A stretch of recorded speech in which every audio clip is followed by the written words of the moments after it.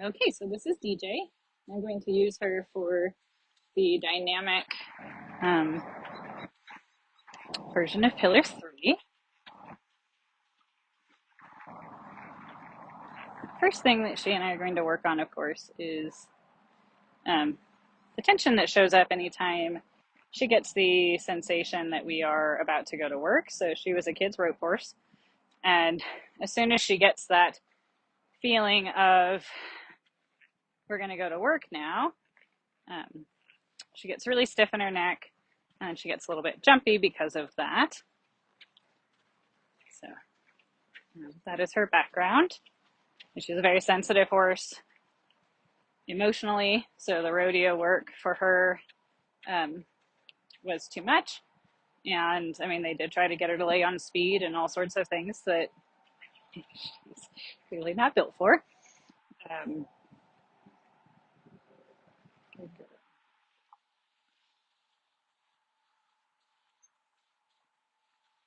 so my goal with this video is that I'm going to ride toward the camera so you can see how we get from static pillar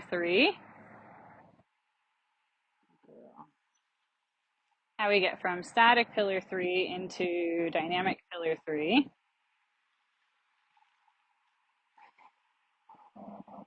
So static pillar 3, we look for the whoop, step back, and then out, and then relax that rein, right? Make sure you've given yourself enough space. So while DJ's warming up, let's talk about the purpose of pillar 3 again, because I think it gets a little confusing because it feels like a lateral movement. And while it is a lateral activation through abduction, the next place that we use pillar 3 is not to generate lateral work, but to activate the strength necessary for a bend. And so by activating the muscles on the outside of the shoulder, we are helping horses to be able to hold their bend to the inside without losing pillar 2 and collapsing in or out through their rib cage. So bend is created by that concentric contraction through their core corset and through a little bit of the muscles on the entire inside.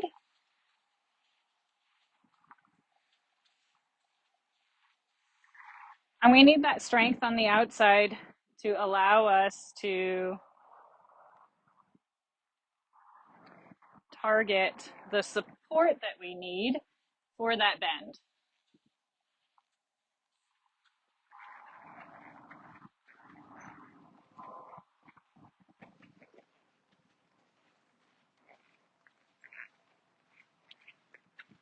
Change directions here.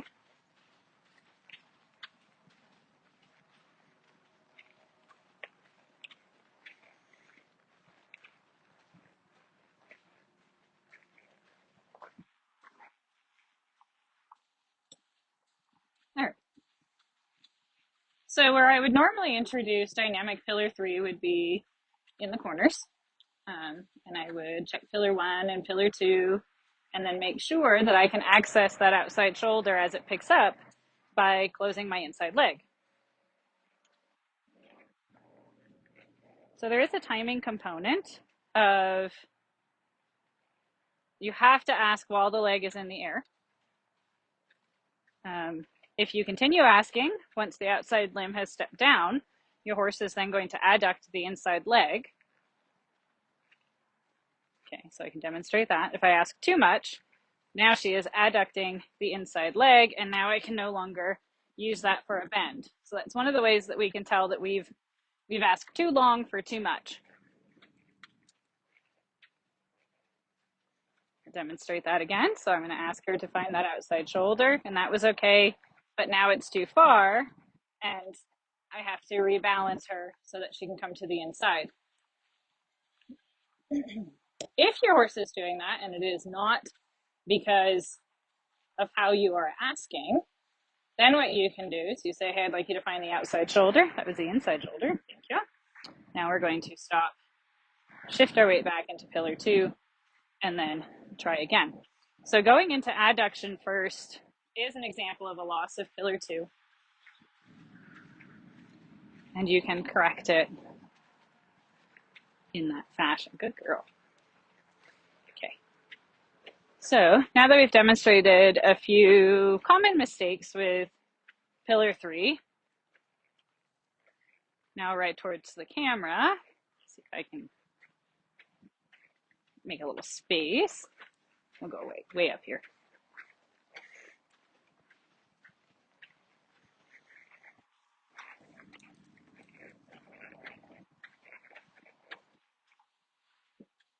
I'm in toward the camera. We're going to go to the right. That's the shoulder we've been working. So I'm checking pillar 1, pillar 2. Now, good girl. And again, whoop. All right, well, she halted. So then I have, there we go, we were able to restart. If your horses make errors, that's okay. If your horse adds an adduction in the first few attempts of this, and attempts, meaning sessions, so the first few sessions of learning dynamic pillar 3, that is also okay. But the goal is eventually that you can target just that abduction step to help them stay connected to the outside shoulder while asking for the bend.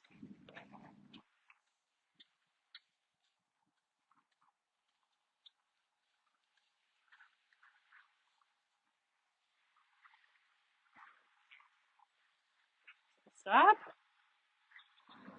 Ask her to come back into pillar 2.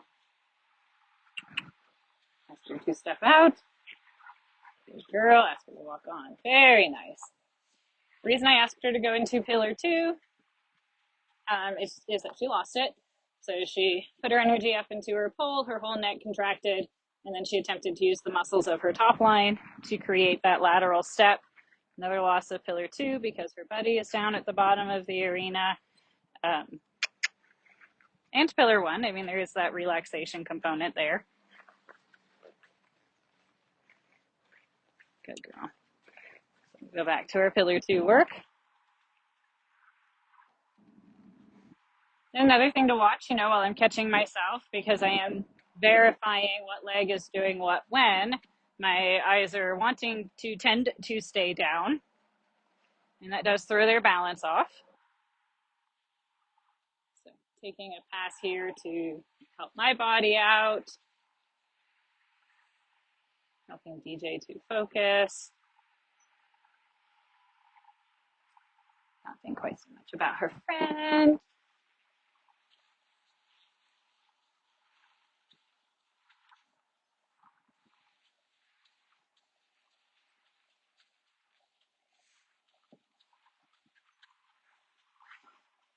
So while I like to oftentimes start dynamic pillar 3, okay, in the corners,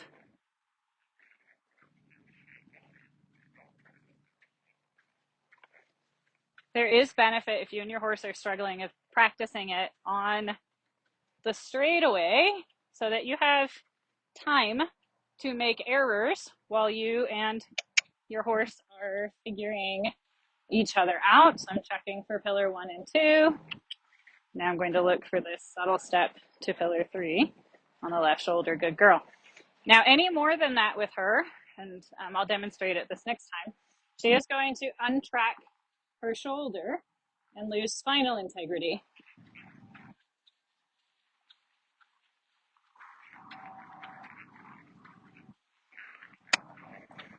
Which is why we don't take this initial work in dynamic pillar 3 and then go, okay, they're ready for lateral work. No, this is not intended, while it is a prerequisite for lateral, it is not then the next step is leg yield. So I'm going to let her go too far. So now her haunches are to the inside, okay? Which is why we don't take this initially straight away into diagonal work and into lateral work and into the leg yield, because most horses are not ready, having just accessed their shoulders, to then also access the abduction in the hindquarter. What they are ready to do is to learn to stabilize through their core with their bend And so then we start to take that work into corners and half circles and full circles.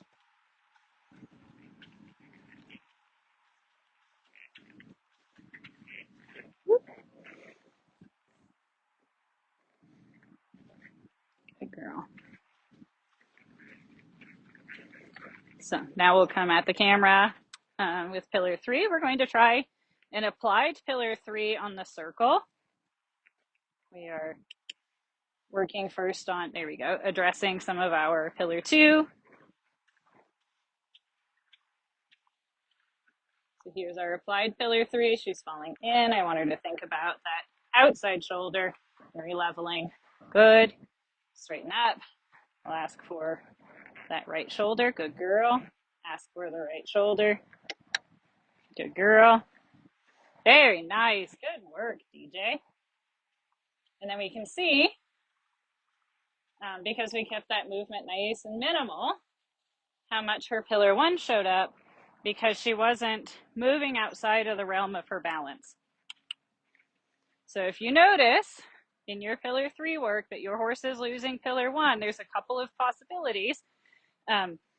One is, of course, that you've lost pillar 2 and you've lost the ability to integrate into their core and stay level. So there's our applied. Yeah, right toward the camera. So we're straight. And now we ask, good girl. Ask, good girl, good girl. So they've lost pillar 2 and are then collapsing their chest in the effort to create the lateral movement for us.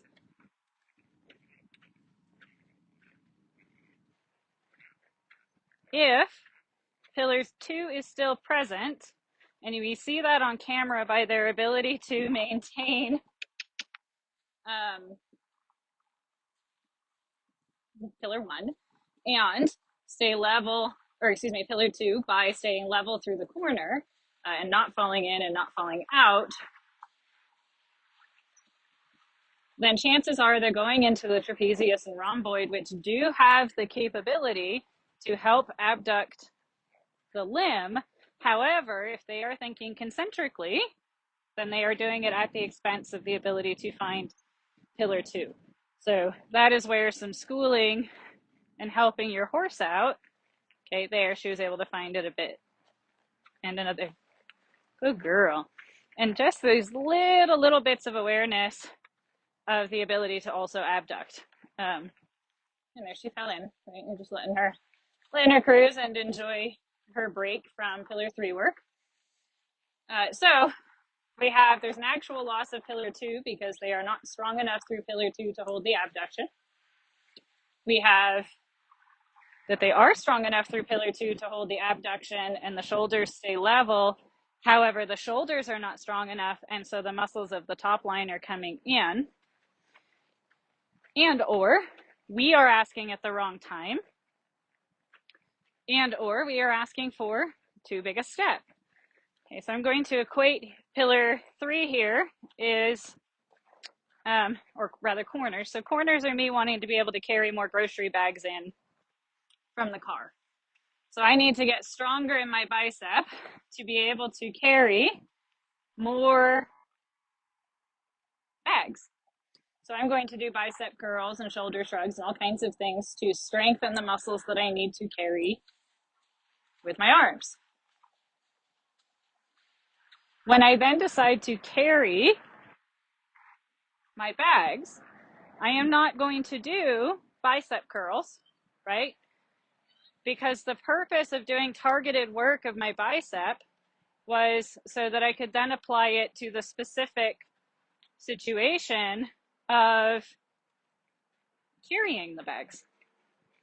So here in my corner, I'm not necessarily looking for her to take this big abduction step once we are dynamic. She can't go both directions at once. So they start to trade off, which is how we get lateral work. So if my goal is forward work, then I want to stick in forward work. If my goal is lateral work, then I want to make sure that my horse is able to carry that bend and to accomplish that task. And I want to verify that I'm not asking for something that is too big to make it around the corner. So again, the static work is about really targeting these muscles.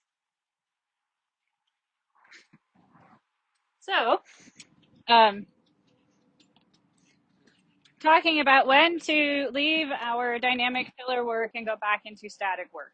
If you attempt to target the shoulder and in 2 tries, your horse does not find the outside shoulder, that would be the appropriate time to stop and look for static pillar 3.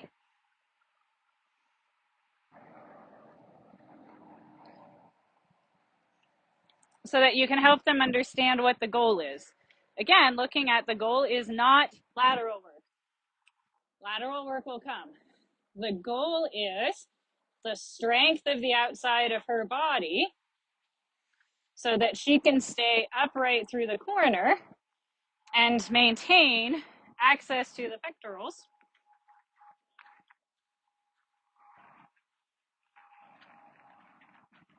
while bending to the inside. Oh, very nice. Good girl.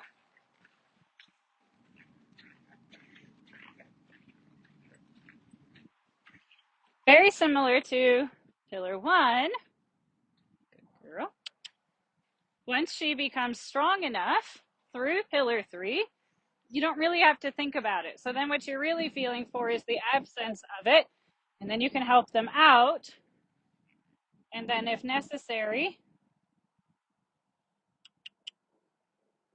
stop and go back into static pillar 3 to help them find that muscle set. So I hope this video helps to give you some ideas on how to start dynamic pillar 3. And I look forward to seeing your videos and application on the arena figures.